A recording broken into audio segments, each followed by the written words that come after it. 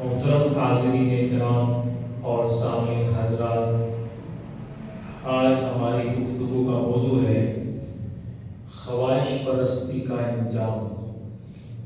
یہ بڑا اہم ٹاپک ہے اور عصر حاضر کے اندر اس سے ریلیونٹ معاملات ہماری معاملات کی زندگی کے اندر دیکھنے کو مل رہے ہیں۔ ظاہر نصیب یہ بات ہمیں سمجھ میں آ جائے اور رب تبارک و تعالیٰ یہ ہمارے لیے اس پر عمل کرنا، یعنی اس سے سیکھ کر اس سے بچنے کی ہمیں توفیق عطا فرمائے۔ اللہ رب العزت پارہ 26 سورہ احقاف کی آیت نمبر 20 کے اندر ارشاد فرماتا ہے: اذھبتم طیباتکم فی حیاتکم الدنیا، تم اپنے حصے کی پاک چیزیں اپنی دنیا ہی کی زندگی میں فنا کر چکے۔ جو تمہارے حصے کی پاک چیزیں تم نے اپنی دنیا کی زندگی میں اس کو فنا کر دیا ہے۔ آگے اللہ فرماتا ہے: فَالْيَوْمَ تُجْزَوْنَ عَذَابَ الْهُونِ بِمَا كُنْتُمْ تَسْتَكْبِرُونَ فِي الْأَرْضِ بِغَيْرِ الْحَقِّ، اور ان سے تم فائدہ بھی اٹھا چکے۔ جو تمہارے لیے فائدہ مند چیزیں تھیں ان سے تم دنیا میں فائدہ بھی اٹھا چکے ہو، اور اب تمہارے لیے کیا ہے؟ اللہ فرماتا ہے عذاب الہون، دردناک ذلت کا عذاب تمہارا، اس کا بدلہ لیا جائے گا۔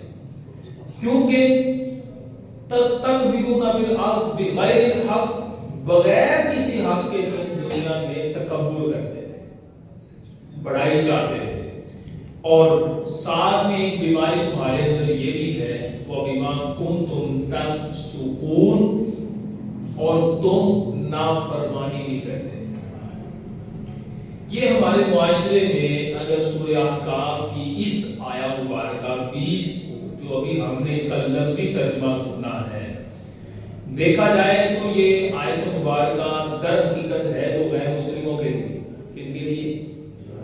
غیر مسلموں کے لیے۔ ان کے اندر یہ بیماری تھی کہ وہ روز قیامت کہ جب اللہ تعالیٰ کی بارگاہ میں پہنچنا ہے اس پر ایمان نہیں رکھتے تھے۔ اب جو بندہ ایمان نہ رکھتا ہو روز قیامت پر تو پھر کیا ہوتا ہے؟ رسوائی مقدر ہے، دردناک عذاب ہے، جنت سے محروم ہے، جہنم کا حقدار ہو جاتا ہے۔ یہ اس کا مقدر بن جاتا ہے۔ یہ اس کے لیے سمجھنے کہ اس کی حرکات و سکنات کی بنا پر، اس کے ان عقائد کی بنا پر اس کو یہ عذاب دیا جاتا ہے۔ یعنی اگر اس آیت مبارکہ پر مزید اگر غور کریں تو ان کو جو روز قیامت عذاب ملے گا، قبر میں ان کو عذاب ملے گا، ان کے اندر 3 قسم کی بیماریاں تھیں۔ کتنی قسم کی؟ 3 قسم۔ بڑی توجہ سے سننے والی بات ہے۔ 3 قسم کی بیماریاں تھیں۔ ایک تو یہ تھا کہ تکبر، یہ غیر مسلم بغیر کسی حق کے مقابلے میں کیا کرتے تھے؟ تکبر کرتے تھے، فاخر، تفاخر بننا۔ اور نمبر 2 رب کی نافرمانی کرنا۔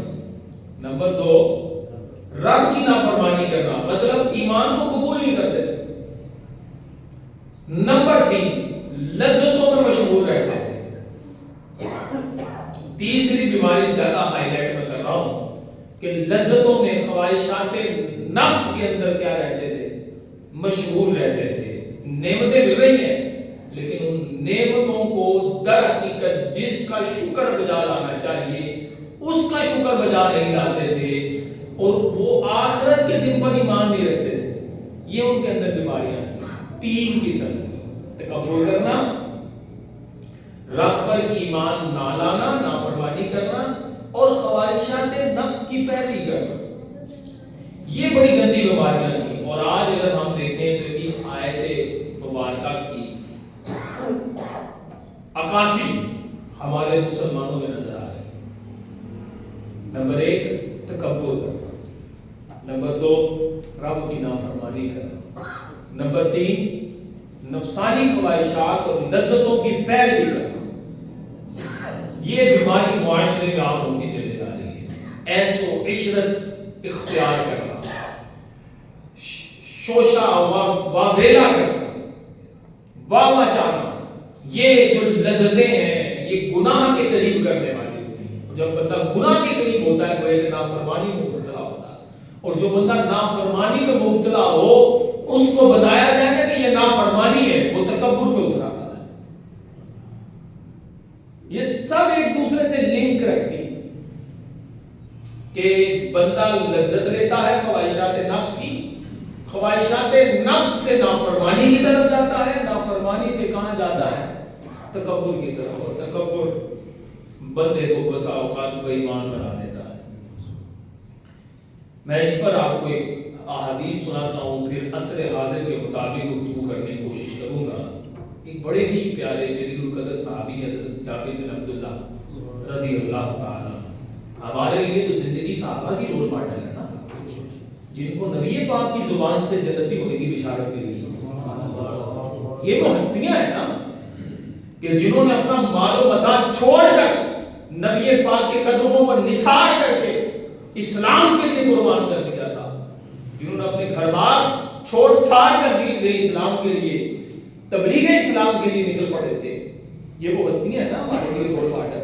ہم تو جب مسلمان ہوتے ہیں نا، ہم کلمہ پڑھتے ہیں تو ہمارے لیے اب کچھ نہ کچھ ریگولیشن آ جاتی ہے، کچھ نہ کچھ ہمارے لیے حدود قائم ہو جاتی ہے کہ بینگ اے مسلم ہمیں اس کے مطابق زندگی گزارنی ہے. مانا موسم بہار آ گیا ہے، لیکن موسم بہار میں رہتے ہوئے بھی ہمیں شرعی اصولوں کی تو وہ نہیں کہ اس کو توڑنا شروع کر دیں، کہ شرعی اصولوں کی پاسداری نہ کریں، رب کی نافرمانی پر آ جائیں، لذتوں اور خواہشات نفس میں مبتلا ہوتا ہے.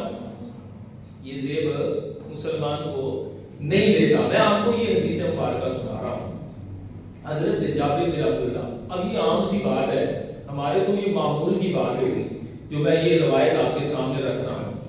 صحابی رسول ایک مرتبہ ہوا یوں کہ آپ کا گزر ہو رہا تھا، ہاتھ میں گوشت کا تھیلا سمجھ رہے گوشت تھا. تو خلیفہ المؤمنین، خلیفہ ثانی، خلیفہ دوم حضرت سیدنا فاروق اعظم رضی اللہ تعالی، آپ ان کے پاس سے گزرے تو آپ نے دیکھا تو پوچھا ہے جابر تمہارے ہاتھ میں کیا ہے، کیا لے کر جا رہے؟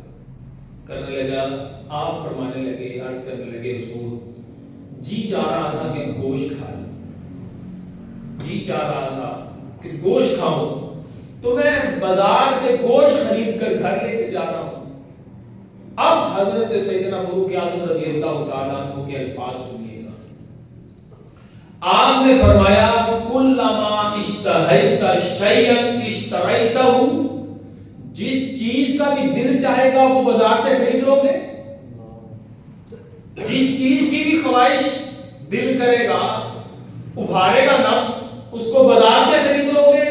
پھر آپ نے ایک اور جملہ ارشاد فرمایا، اما تخشى ان تكون من اهل هذه الآية، کہ تو اس آیت مبارکہ میں جن کا ذکر کیا گیا ہے ان کے فرمان، اس فرمان الہی سے ڈرتا نہیں ہے. وہ کیا ہے آیت؟ وہ آیت جو میں نے خطبے میں پڑھی ہے. اللہ فرماتا ہے اذهبتم طیباتکم فی حیاتکم الدنیا، تم اپنے حصے کی پاک چیزیں اپنی دنیا کی زندگی میں فنا کر دو گے. اپنے حصے کی پاک چیزیں جو تمہیں طیبات جو تمہارے لیے پاک رکھی تھی وہ تم نے کیا کر دی؟ فنا کر دی.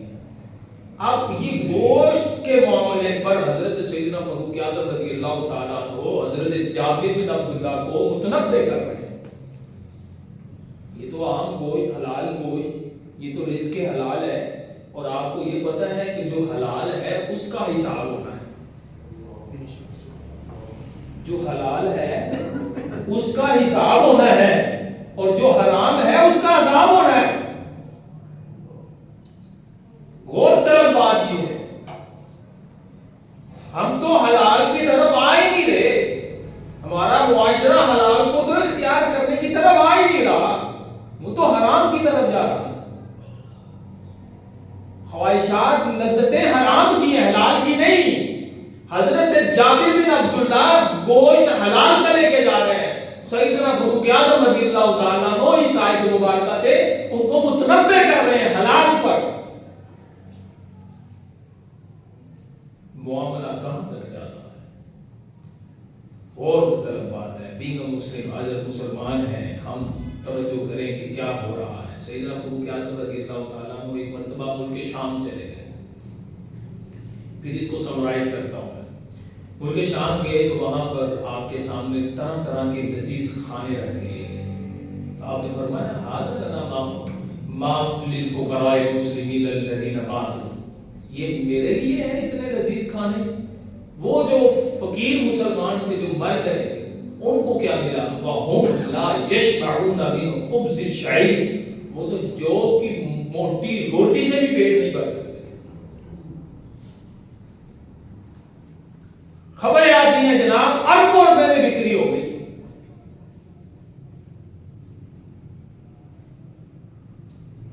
اور پھر یہ بھی خبریں آتی ہیں کہ ملک پاکستان کی 35% غربت کے مارے مر رہے ہیں.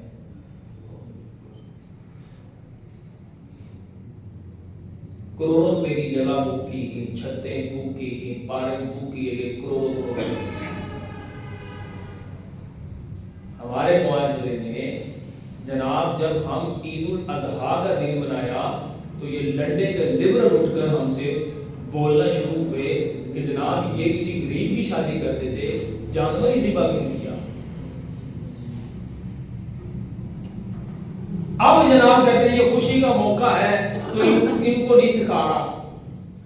میں آپ کے سامنے قرآن و حدیث رکھ رہا ہوں. رب فرما رہا ہے پاک چیزیں تمہیں دنیا میں مل گئی ہیں،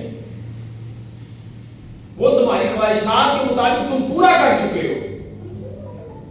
سیدنا فاروق اعظم رضی اللہ تعالیٰ کے سامنے لذیذ کھانے حلال کے رکھے گئے، لیکن آپ نے وہاں پر بھی متنبہ کیا.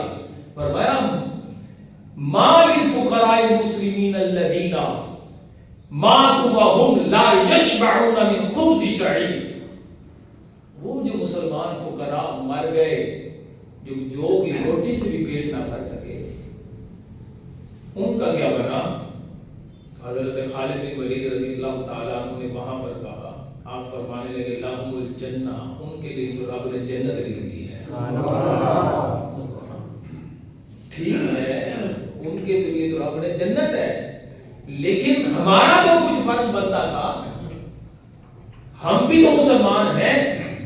پھر سیدنا فاروق اعظم رضی اللہ تعالیٰ عنہ کے جو الفاظ ملتے ہیں، آپ نے فرمایا لیکن کانا حزنا من حال الہدى، کاش کہ ہمارے لیے بھی چند لکڑیاں ہی ہوتی،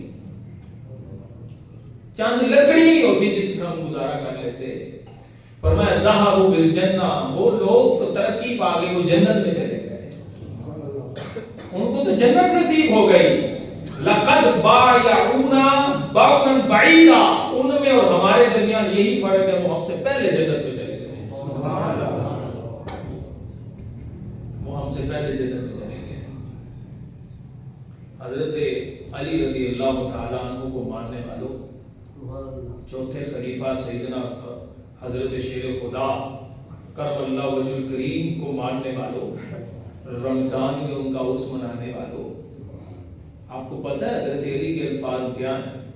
حضرت علی مرتضیٰ شیر خدا کرم اللہ وجہ الکریم کی خدمت میں سوال ہوا دنیا کے متعلق، دنیا کے بارے میں سوال ہوا. اب کانوں سے کان کھول کر سننے والی بات ہے، توجہ سے سننے والی بات ہے. یہ جو چند لوگ بیٹھے ہیں، باقی تو آخر میں آئیں گے. یہ باتیں ہر کسی کے میسر بھی نہیں ہوتی اس طرح کی کہ وہ برداشت کر سکے. یہ حضرت علی کے جو علی کرتے ہیں نا، علی رضی اللہ تعالیٰ عنہ کو فرمان، علی کی ماننے والے علی کی مانے تو مزہ آئے نا. حضرت علی رضی اللہ تعالیٰ عنہ سے دنیا کے متعلق سوال کیا گیا. آپ نے ارشاد فرمایا حلالها حساب و حرامها عذاب، فرمایا حلال کا حساب ہونا ہے، حرام پر عذاب ہونا ہے. جو کام ہمارے معاشرے میں ہو رہا ہے اور باتیں دوہر ہو رہا ہے، یہ لذت خواہش نفس نہیں، یہ ہماری صرف واہ واہ نہیں، صرف تھوڑی دیر کے لیے نہیں، اور اس میں رب کی نافرمانی کی طریقہ چھپی ہوئی ہے. یہ ہمارے لیے سبق ہے. آج ہم اپنے بچوں کو اس معاملے کے سے باور کروائیں کہ بیٹا یہ کسی کیسا یہ ایام آ گئے ہیں کہ جس پر رب کی نافرمانی ببانگے دول ہر میڈیا میں دکھائی جا رہی ہے، اور ساتھ میں یہ بھی بتایا جا رہا ہے کہ ایک نمودار ہو گیا ہے کہ جو ڈور پھیرنے سے قتل ہو گیا، 5-6 زخمی ہو گئے، اس طرح کی خبریں بھی ظاہر ہو رہی ہیں۔ آپ غور کرو کہ میرے نبی کا فرمان نہیں ہے کہ جب ایک انسان کے قتل میں پوری انسانیت شامل ہو جائے تو بتاؤ سب مجرم ٹھہرتے ہیں، سب برابر کے مجرم ٹھہرتے، تو کیا اس وقت ہمارا حال ہوگا جب 50,000 سال کا دن ہوگا، سورج سوا نیزے پر رہ کر گرمی برسا رہا ہوگا، زمین مٹی کی نہیں تانبے کی ہوگی، اس وقت کون حساب دے سکے گا؟ میرے ذہن میں وہ واقعہ آ گیا حضرت حاتم اصم رحمت اللہ علیہ کا، اللہ کے بڑے برگزیدہ بندے تھے۔ آپ سے کسی امیر شخص نے کہا کہ حضور میری دعوت قبول کی، اللہ کے ولی تھے، اس نے اصرار کیا، بالآخر انکار کیا، پھر اس نے اصرار کیا، آپ نے اس کی دعوت قبول کر لی۔ اب جب وہ دعوت قبول ہوئی آپ نے فرمایا میں دعوت پہ آ جاؤں گا لیکن 3 شرطیں ہیں۔ کتنی شرطیں ہیں؟ 3۔ میں جہاں چاہوں گا بیٹھوں گا، جو چاہوں گا کھاؤں گا، اور جو کہوں گا وہ کرنا پڑے گا۔ اس نے کہا کہ اللہ کے ولی ہیں، ٹھیک ہے بات تو مان لی ہے۔ حضرت حاتم اصم رحمت اللہ علیہ کا جب پتا چلا کہ فلاں کے گھر میں آ رہے ہیں تو وہاں پر لوگوں کا ہجوم ہو گیا، رش ہو گیا، آپ کی زیارت کے لیے آ جائیں، اللہ کے ولی آ رہے ہیں۔ اب جب وہ وہاں پر لوگ اکٹھے تھے، حضرت حاتم اصم رحمت اللہ علیہ نے پہلے 3 شرطیں رکھی ہوئی تھی، جہاں چاہوں گا بیٹھوں گا، آپ کے لیے سٹیج سجایا گیا تھا، آپ لوگوں کی جوتیوں کے پاس جا کر بیٹھو۔ سبحان اللہ۔ پھر فرمایا تھا جو چاہوں گا کھاؤں گا۔ آپ نے اپنے ہی تھیلے سے ایک سوکھی روٹی نکالی اور وہ کھانا شروع کر دیا۔ پھر اس کے بعد آپ نے فرمایا جو کہوں گا وہ کرنا پڑے گا۔ سب لوگوں نے کھانا کھایا، طرح طرح کے لذیذ کھانے کھلے ہوئے۔ کھانا کھانے کے بعد آپ نے فرمایا لے آؤ اب ایک توا، اس کے نیچے آگ بھڑکائی جائے۔ آگ بھڑکائی گئی، وہ توا جب انگارہ بن گیا، سرخ ہو گیا، اب آپ نے اپنی جوتیاں اتاری اور اس کے اوپر کھڑے ہو گئے۔